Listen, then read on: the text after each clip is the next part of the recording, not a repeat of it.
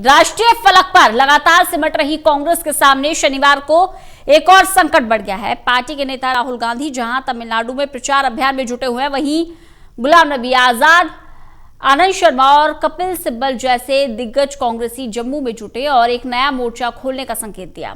Congress party का भविष्य, इस पर क्या होगा, ये देखने वाली बात होगी।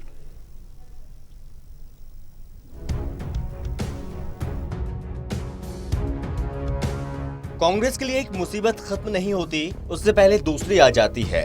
इसी कड़ी में जम्मू में शनिवार को मौका था गांधी ग्लोबल फैमिली नाम के एक एनजीओ के समारोह का, लेकिन मंच का इस्तेमाल कांग्रेस के G23 गुट के नेताओं ने राहुल और सोनिया गांधी को कड़ा संदेश देने के लिए किया। जम्मू शनिवार को कांग्रेस पार्टी की आंतरिक राजनीति का अखाड़ा बन गया, क्योंकि पार्टी के दिग्गज नेता गुलाम नबी आजाद के नेतृत्व में कई दिग्गज नेता हाईकमान को अपनी ताकत दिखाने के लिए इकट्ठा हुए। गुलाम नबी आजाद के अलावा पूर्व केंद्रीय मंत्री कपिल सिब्बल, आनंद शर्मा, मनीष तिवारी, हरियाणा के पूर्व सीएम भूपेंद्र सिंह हुड्डा, पार्टी के राज्यसभा सांसद विवेक तनखा और कांग्रेस के वरिष्ठ नेता राज बब्बर ने जम्मू में एक रैली को संबोधित किया। रैली का आयोजन गैर सरकारी संगठन गांधी ग्लोबल फैमिली की ओर से किया गया। गुलाम नबी आजाद इस एनजीओ के अध्यक्ष हैं। इस रैली में बड़ी संख्या में गुलाम नबी आजाद के समर्थकों ने हिस्सा लिया। कांग्रेस के असंतुष्टों के समूह ने पार्टी आलाकमान पर एक के बाद एक सवालिया गोले दागे। हालांकि इन असंतुष्ट नेताओं ने सीधे गांधी परिवार का नाम तो नहीं लिया, लेकिन ये संदेश देने की कोशिश की कि उन्हें पार्टी के मौजूदा हालातों पर आत्मनिरीक्षण करने की आवश्यकता है। गुलाम नबी आजाद के साथ एकजुटता जाहिर करते हुए G23 नेताओं ने जम्मू कश्मीर के पूर्व सीएम के साथ कांग्रेस के रवैये पर सवाल उठाए। कपिल सिब्बल ने कहा, जब हमें पता चला कि गुलाम नबी आजाद को संसद से मुक्त किया जा रहा है तो हमें बहुत दुख हुआ। हम नहीं चाहते थे वो सेवानिवृत्त हों। कपिल सिब्बल ने कहा, कांग्रेस बहुत कमजोर हो गई है, इसे स्वीकार करना होगा। हमें एक साथ पार्टी को मजबूत करना होगा। इस कार्यक्रम में कपिल सिब्बल अकेले ऐसे नेता नहीं थे जिन्होंने ये चिंता जाहिर की। राज बब्बर ने कहा, लोग हमें G23 कहते हैं, लेकिन मैं उन्हें बता दूं, हम गांधी 23 हैं। हम गांधी जी के दर्शन में विश्वास करते हैं। हमारा उद्देश्य पार्टी को मजबूत करना है। पूर्व केंद्रीय मंत्री आनंद शर्मा ने भी हाल के दिनों में पार्टी की तरफ से गुलाम नबी आजाद के साथ बर्ताव को लेकर नाराजगी जाहिर की है। वहीं गुलाम नबी आजाद ने साफ किया वो संसद से रिटायर्ड हुए हैं, न कि राजनीति से। पार्लियामेंट से मैं पहली दफा नहीं रिटायर हुआ। जब लोकसभा से आना था राज्यसभा तो भी 3-4 महीने का गैप था। जब यहां से पहले बना, जब सीएम बना था तब भी बीच में गैप था। बीच में एक और दफा गैप था। तो हम इधर से डूबते हैं, इधर निकलते हैं, इधर से निकलते हैं, इधर डूबते हैं। कोई अभी हमारी यारी नहीं रही वो, इसलिए कोई हिम्मत हारने की जरूरत नहीं है और सतर्क करना है, देश को मजबूत करना है।